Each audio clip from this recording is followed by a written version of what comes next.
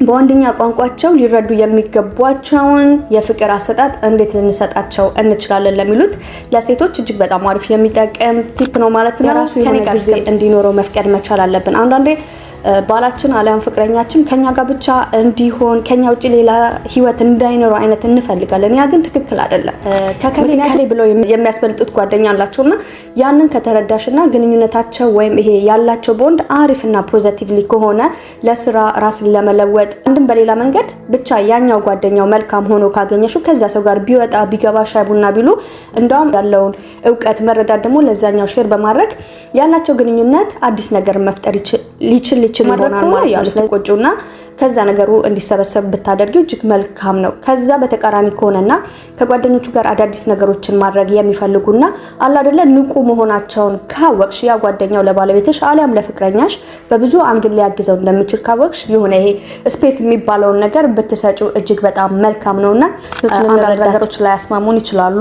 ያው ይሄ የህይወት አንዱ አካል ነውና በዛን ሰዓት ባጣው አንዳንድ ነገር ወይ ቢዝነሱ ከስሮበት ሊሆን ይችላል ብቻ በሆነ ነገር ላይ እሱ ስሜታዊ ሆኖ አንቺ ጥፋትሽ ባልሆነ ነገር ላይ ድንገት እንኳን አላደል እንደመቆጣት ወይም ደግሞ የሆነ ባህሪው ለመለወጥ አይነት ውዴ ምን ሆነ ነው እንደዚህ እኮ አልከኝ በሰላም ነው ግን ምንድነው የተፈጠረ ነገር አለ ወይ ብለሽ ከተረጋጋ በኋላ እንደውም እኮ ይባላል የኛ ሰው ሰዎችን ገንዘብ ለመበደር ሊሆን ይችላል ከዛ ሰው የሆነ ነገር ለመፈለግ ሲሉ ያገሬ ህዝብ ምንድነው የሚያደርገው ሰውን እየጋበዘ አሊያም ደግሞ አሪፍ ሞመንት ላይ ሲሆን ደስተኛ ሲሆን እንደዛ ባለ ሁኔታ ላይ ነው ቅሬታቸውንም ሆነ ገንዘብ መበደርም ከፈለጉ ገባቸዋል ጥበብ የተሞላበትን መንገድ ነው የሚጠቀሙትና ሆነ አንቺም በትዳር ቱግ የማለት ነገር አለባቸውና አንቺ ደግሞ እንደ ሴት ልጅ ለስለስ ያለች ነች አይደል ነገሮችን ከብዙ አንግል ማየት ስለምትጀር በኋላ ወይስ ሙኮ ምን ሆኜ ነው ብሎ የይቅርታ ልብ ሊኖረው ይችላል። እንዴ ውዴ ለምንድን ነው እንደዚህ ያልኩሽ ሊልም ሊችል ይሆናል። ገብተሻል አይደል?